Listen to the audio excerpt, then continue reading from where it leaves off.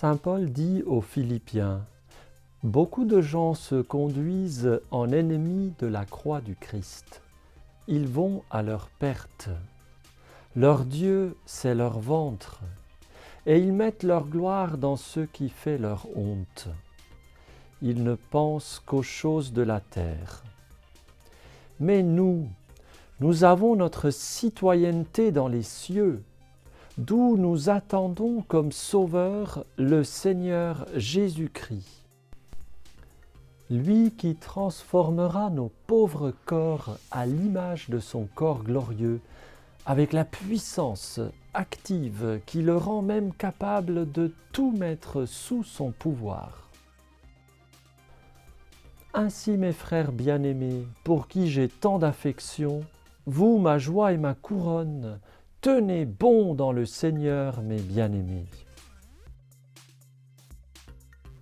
N'oublions jamais que nous possédons une citoyenneté dans les cieux. Nous sommes citoyens du royaume du ciel. C'est magnifique. Nous ne devons pas nous concentrer uniquement sur les choses de la terre. Non, nous devons élever notre regard plus haut.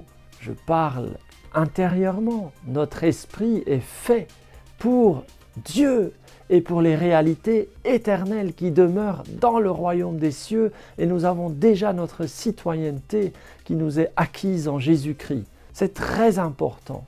Et bien du coup, nous devons tourner nos regards vers ces réalités célestes et non pas faire du ventre notre Dieu et mettre notre fierté dans ce qui devrait être notre honte.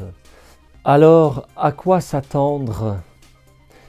Attendons-nous à ce que Dieu, dans sa providence, mette tout en œuvre pour nous détacher des réalités terrestres, pour nous empêcher de mettre toute notre force, notre intelligence, notre cœur dans les choses d'en bas, celles qui ne demeureront pas dans le royaume des cieux.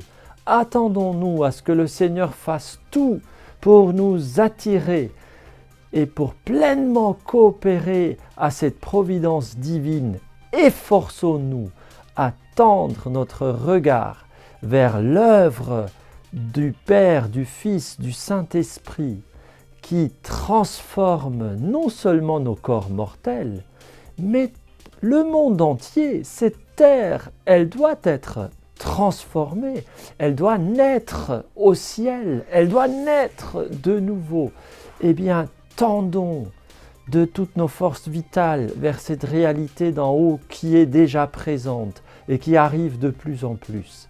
Ainsi, nous ne serons pas étonnés des bouleversements qui pourront arriver, et même nous les regarderons avec espérance dans la foi de la certitude de l'amour de Dieu pour chacun de nous.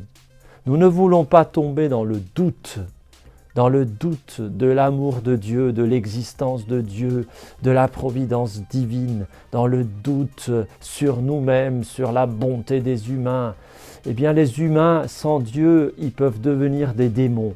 Mais les humains en Dieu, ils peuvent devenir des fils, des filles de Dieu, des citoyens des cieux, des habitants du royaume, de la civilisation, de l'amour, de la Jérusalem céleste. Nous sommes capables du meilleur et du pire. Regardons vers le Seigneur Jésus-Christ. Acceptons la réalité de sa croix, qui est le passage obligatoire, et efforçons-nous de vivre d'en haut, de vivre déjà d'en haut. Que Dieu nous bénisse et nous conduise dans cette entreprise passionnante. Au nom du Père et du Fils et du Saint-Esprit. Amen.